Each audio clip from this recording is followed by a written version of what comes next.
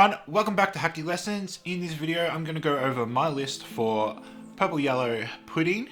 I'll put a video out after this that has some gameplay, and at the end of this video I'm also going to talk about the new pudding card that got revealed for PRB2 because I'm pretty excited about that. But let's look at the list as it stands. So I really appreciated the support in OP11 that Pudding got. It makes it much better, and it can hang with current meta. It still struggles a little bit against Rush, but I have put in some things that help, and I'll talk about as I get through them in the list. But the leader, if you don't recall, when attacking, flip the top 2 life to face up and ramp 1 Don in rested. So you can't use the ability if you've got face up life, so you gotta be careful about how you play around that. So let's go through our searches. So Purple Pudding does a top 5 search, and it also has an ability that you won't really use, but you can if you already have 10 Don. It doesn't hurt. Minus a Don to look at the top card of your opponent's deck. So a little bit of hand knowledge doesn't go astray, but it's not very often I'll ever think to bother using that. And also have 4 copies of the Yellow Pudding Searcher.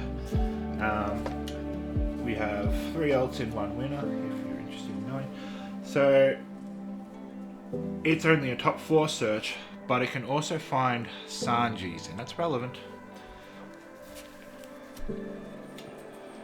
So ideally, Pudding wants to go first. It really struggles if you don't go first, but yeah, if your opponent's nice enough to let you go first, then you'll have a good time, because turn 2 you'll have 3 Don, you'll attack probably 8, ramp a Don, so you'll have 4 Don, next turn you'll have 6 Don.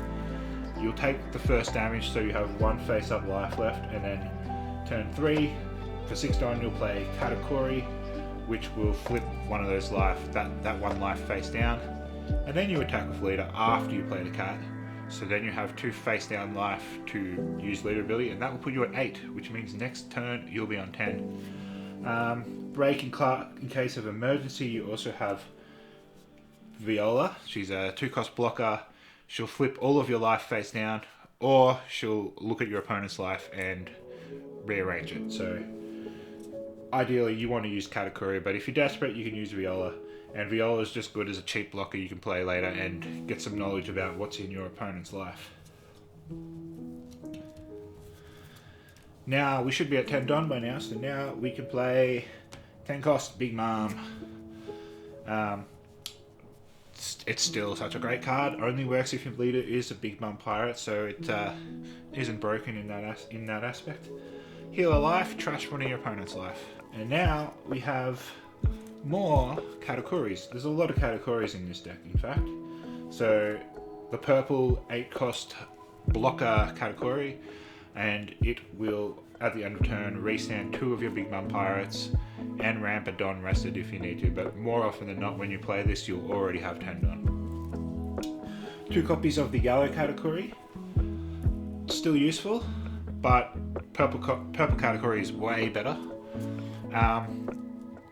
In the old Pudding days you might run purple Big Mom instead of this, but because this is so good you have more reasons to be Katakuri centric, and so you can run this without it feeling useless now.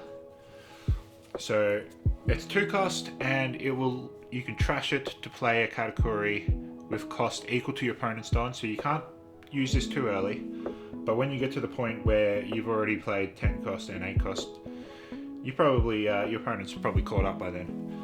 So I'll need to replace this with the tournament pack arts, but I haven't gotten them from my locals yet, so yes. Now that yellow Pudding, her relevancy to attack to find Sanjis comes into play now. So purple Sanji, on play minus a Don, arrest an opponent's character at cost of 6 or less.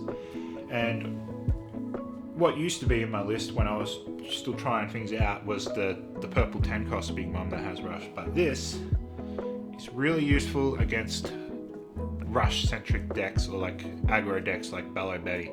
So Ballo Betty is usually an impossible matchup, but Sanji just makes that a little bit more likely to to pull something out of the bag, so that is good. 2 copies of the blocker category. More than anything, just because more targets for this category. But it is nice if you have this on board, you play your Big Mum, so you've healed a life, so you definitely have a face down life, and then you can activate this, flip that life face up, put a Restodon on your leader, or I think it gets anything. Oh yeah, so one of your characters.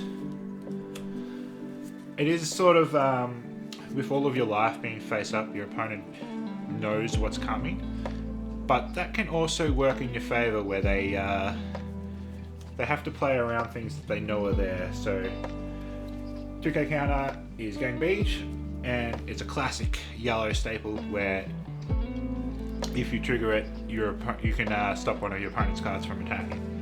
And what's funny is when this is face up in your life, your opponent knows it's there. It really cripples them in a way, because they don't play around the idea of it could be there, they play around the idea of it is there, and that makes their decision making a little bit tricky for them. And yeah, it can work in your favour sometimes. Some more 2k counters, we've got Zeus.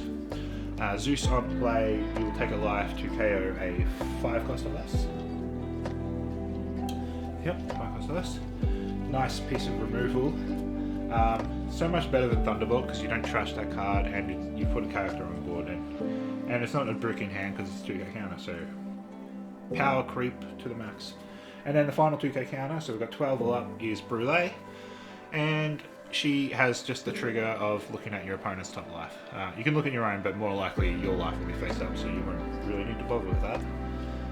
Just a 2k counter with a nice trigger. The trigger is really good because after you trigger, you add this to your hand, so you're not wasting it.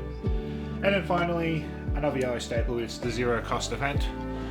Can't go past it really. It just always seems to be the last life. It always, especially when I'm versing a yellow deck. But there you go, it's a great card. So now let's talk about this PRB2 pudding, because it is good.